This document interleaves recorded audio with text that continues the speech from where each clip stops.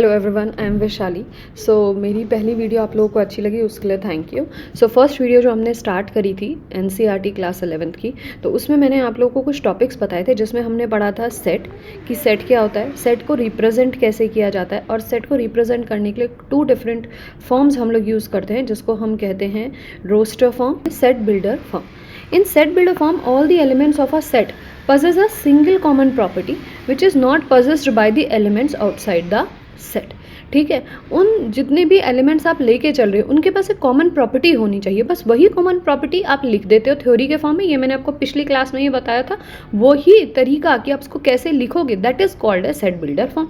For an example, in this set of the elements, if we have a elements like A E I O U, तो हमें पता है कि ये पांचों वो एलिमेंट्स हैं जो इंग्लिश अल्फ़ाबेट्स में वॉवल्स कहलाते हैं।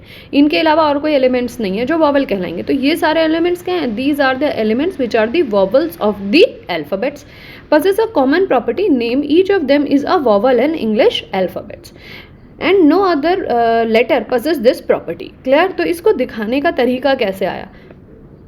इन्होंने सेट का नाम वी लिख लिया, आप कुछ भी लिख सकते हो, इक्वल टू। सबसे पहले हम लिखेंगे x। x मतलब कि सेट के अंदर क्या आते हैं? एलिमेंट्स। तो ये दिखा रहा है कि x के एलिमेंट्स कैसे होंगे। So x such that x is vowel in English alphabet. Clear? तो ये तरीका क्या हुआ? This form is called as set builder form. एक और एग्जाम्पल बनाते हैं, जैसे कि हम कहें हमारे पास हमने एक एलिमेंट सेट दिया h, इसके अंदर एलिमेंट लिए 2 4 6 8। तो हमें पता है कि क्या है, इवन है। ठीक है, सारे एलिमेंट्स इवन है और लेस देन क्या है? 10 है। लेस देन 9 लिख लो, वो भी ठीक है। अब इसको सेट बिल्डर फॉर्म में कैसे लिखोगे? h is equals to x such that x is even numbers and x is less than 9। So 9 से छोटे सारे के सारे इवन नंबर्स का कलेक्शन, या फिर आप इसको ऐसे भी लिख सकते हो, x is even numbers less than 9। तो उसमें आपको कोई प्रॉब्लम नहीं है। कोई बच्चा ऐसे लिख रहा है तो भी सही है, दूसरा बच्चा अगर ऐसे लिख रहा है x such that x is even numbers less than 9, तो वो भी सही है। ठीक है, सो ये रिप्रेजेंटेशन में आपकी कोई भी प्रॉब्लम नहीं आती है लिखते समय। समझ में आया? तो ये हुए सेट बिल्डर फॉर्म के एग्जांपल्स। कुछ और एग्जांपल्स देख लेते हैं, जैसे ए x such that x is a natural number which divides 42। तो 42 के जितने भी नंबर्स 42 को डिवाइड करते हैं उनके कलेक्शन को इन्होंने a से दिखा दिया, डिपेंडिंग अपॉन वो नंबर्स नेचुरल नंबर से आने चाहिए। इसी तरीके से y is the vowel in English alphabet. I hope आप सबको क्रिस्टल क्लियर हो रहा होगा। c z is an odd natural numbers का कलेक्शन। अब जैसे यहाँ पे ऑड नेचुरल नंबर है, तो पिछली वाली वीडियो से याद रखो, हमने तुम्हें दिखाया था अगर मैं इसको रोस्टर फॉर्म में लिखूँ तो ऑड नेचुरल नंबर कैसे हो? 1 3 5 1 3 5 7 और आगे क्योंकि इनडेफिनिट आगे तक जाएंगे तो इसलिए डॉट डॉट से दिखाए जाएंगे। क्लियर है? नेक्स्ट में आएंगे, अब कुछ एग्जांपल्स आपकी बुक में दिए हैं वो डिस्कस करते हैं। Right the solution set of the equation. अब यहाँ पे हमें एक इक्वेशन दी है x² + x - 2 = 0। हमें एक क्वाड्रेटिक इक्वेशन दे रखी है और उसके सॉल्यूशन सेट को इसने कहा है कि आपको रोस्टर फॉर्म में लिखना है। तो दैट मीन्स कि इसका आंसर निकालो और एलिमेंट्स को लिखकर सेट में बताओ, ये पूछ रहा है। ठीक है, तो इसको सॉल्व करते हैं। It will be solve like x², 2 है ना, सो 2x - x। सो x आ गया, 2x का स्क्वायर हो गया माइनस में, -2 = 0। इस तरीके से इसको स्प्लिट करेंगे। x कॉमन लिया तो x + 2, -1 कॉमन लिया तो x + 2 = 0। तो फॉर्म क्या बन जाएगी? x - 1 × x + 2 = 0, जो यहाँ पे दी गई है। अब दोनों को इक्वेट करेंगे, x - 1 = 0 which is equal to which imply x = 1। तो एक वैल्यू पता चल गई। नेक्स्ट में क्या है? x + 2 = 0 विच इम्प्लाई x = -2।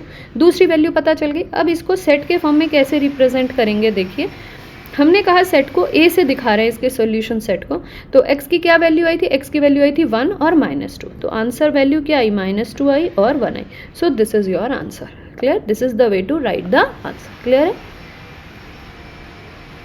ये लिखा हुआ है, देखो, x = 1 और -2, 1 और -2। ठीक है, तो ये हो गया। नेक्स्ट पे आते हैं। Right the set x such that x is a positive integer.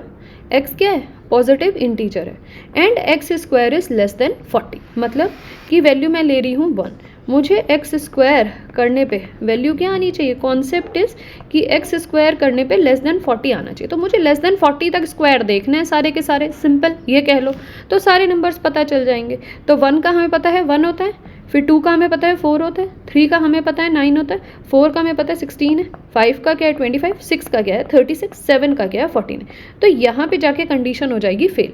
इससे पहले जितने भी एलिमेंट्स 1 2 3 4 5 6 ये मेरे सेट के अंदर आ सकते हैं, सारे के सारे पॉजिटिव इंटीजर्स हैं और इनका स्क्वायर लेस देन 40 है। तो इस सेट को मैं किस तरीके से दिखाऊंगी, इस सेट को मैं दिखाऊंगी let this is represented by A.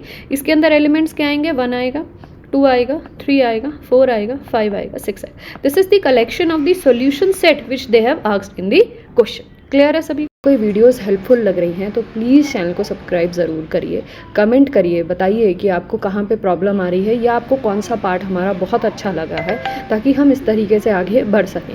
Now यहाँ पे एग्जाम्पल नंबर 3 देखिए। इस एग्जाम्पल नंबर 3 में क्या दिया कि सेट ए में 1 4 9 16 25 सो ऑन इस तरीके से एलिमेंट्स दे रखे हैं। इसने कहा इसको सेट बिल्डर फॉर्म में लिखो। तो आपको इतना तो समझ में आ रहा है कि 1 है, 4 है, 9 है, 16 है, सारे के सारे स्क्वायर्स है। इसका मतलब क्या है कि ये स्क्वायर ऑफ द, ये क्या है, square of the natural number है। तो हम इसको ऐसे ही लिखेंगे, A such that X such that X is square of natural numbers, है ना, नेचुरल नंबर्स का स्क्वायर हो गया, वही चीज़ यहाँ लिख के बताइए। क्लियर है? इसी तरीके से या फिर आप डायरेक्टली इसको ऐसे भी लिख सकते हो, x is equals to n square such that n belong to natural number. समझ में कि x क्या है, ये जो n से आ रहे हैं नंबर 1 2 3 4, नेचुरल नंबर से 1 2 3 4 लिए, उनका होल स्क्वायर किया और ये वैल्यू आपने x के अंदर डाली। तो ये दोनों रिप्रेजेंटेशन करेक्ट हैं। Clear? Now moving to the next question, next example. Example number 4th, the set which is represented by 1 by 2, 2 by 3, 3 by 4, 4 by 5, 5 by 6 and 6 by 7, इसको सेट बिल्डर फॉर्म में लिखो। तो हमें ये तो समझ में आ रहा है, अगर मैंने 1 लिया इसमें यहाँ पे एक ऐड हो रहा है, यहाँ 2 लिया इसमें एक ऐड हो रहा है, तो न्यूमरेटर में मैं जो भी वैल्यू ले रही हूँ उसका एक ऐड होके मुझे डिनोमिनेटर में मिल रहा है, और ये जो मैं n ले रही हूँ ये मेरे नेचुरल नंबर से आ रहे हैं। ये मुझे क्लियर हुआ? अब ये डॉट डॉट डॉट डॉट नहीं है कि इंडेफिनेटली जाएगा, इट इज़ टिल कितना है 6 तक लो 7 मिल जाएगा।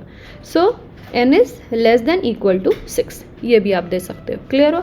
तो हमारा सेट कैसे बन गया, h is equals to x such that x is equals to n upon n plus 1 such that n belongs to natural number and n is less than equal to 6. So this is the way of representation of the answer. ठीक है, n is less than equal to 6। जब आपने n natural number से बोल दिया तो 1 से 6, 1 से नहीं भी लिखेंगे तो भी ठीक है, क्योंकि नेचुरल नंबर 1 से ही शुरू होता है। ठीक है, तो ये लिखेंगे तो भी ट्रू है, ये लिखेंगे तो भी ट्रू है। क्लियर है? अब इन्होंने क्या दिया है बुक में, वो भी मैं एक बार पढ़ देती हूँ अगर बच्चों को प्रॉब्लम आ रही है तो देख लीजिए। x such that x is equals to n upon n plus 1 where n is your natural numbers and जो n की वैल्यू है वो 1 से लेके 6 तक वेरी कर रही है। क्लियर है?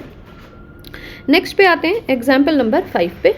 सो एग्जाम्पल नंबर 5 कहता है match each of the following set on the left describe in the roster form and the right describe in the set builder form. इस तरह के क्वेश्चन कभी कभी एग्जाम में भी दे दिए जाते हैं, ताकि मैच द फॉलोइंग 3-4 नंबर का दे दें, 4 नंबर का हो गया तो उसमें दोनों कॉन्सेप्ट आपके कवर हो जाते हैं। तो ये क्वेश्चन देख लीजिए, यहाँ पे हमें रोस्टर फॉर्म दिया गया, यहाँ पे सेट बिल्डर फॉर्म है। तो हमें ये पता है, जैसे यहाँ पे दिया गया प्रिंसिपल है ना, तो प्रिंसिपल में उन्होंने जो रिपीटेड लेटर्स है वो नहीं लिखे, तो हमें पता चल गया these are the letters of the word principal. तो यहाँ पे लिखा ना x is the letter of the word principal, तो ये क्या है आपका D। तो फर्स्ट का आंसर क्या आ गया आपका D।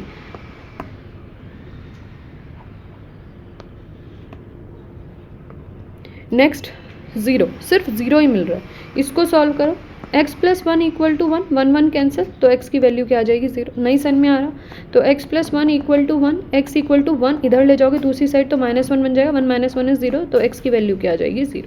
तो इस सेट का एलिमेंट क्या है, सिर्फ एक 0 एलिमेंट, तो ये इसका आंसर हो गया। This is your C। Next 1 2 3 6 9 18। अब ये क्या है, यहाँ पे देखो set of the positive integers which are the divisor of 18। तो ये हो गया आपका डिवाइजर ऑफ 18। क्लियर हो रहा है। 3 और -3 आ रहा है। अब यहाँ पे ध्यान से देखो, ये सेकंड वाले पॉइंट में इन इक्वेशंस को आपको बहुत अच्छे से सॉल्व करना आना चाहिए। साथ में जो 5th-6th क्लास में आप इंटीजर्स सीखे हो वो भी आपको बहुत क्लियरली आना चाहिए। जब इस इक्वेशन को आप सॉल्व करोगे x² - 9 = 0, तो इस वाली चीज़ को हम a² - b के फॉर्म में लिख सकते हैं। सो x - 3 और x + 3 के फॉर्म में लिख सकते हैं = 0। तो x = 3 आ जाएगा और x = -3। तो x की दो वैल्यूज़ आएंगी 3 और -3। जब आप सेट बनाओगे कोई भी, लेट h से मैं उस सेट को डिनोट कर रही हूँ, तो वैल्यू आ रही है 3 और -3। सो ये जो कलेक्शन ऑफ द एलिमेंट्स हैं 4th, तो ये आपका b के साथ मैच हो जाएगा। क्लियर है। Moving to the next question. ये इसी का सॉल्यूशन सारा दे रखा है और मैं आपको ऑलरेडी ये समझा चुकी हूँ।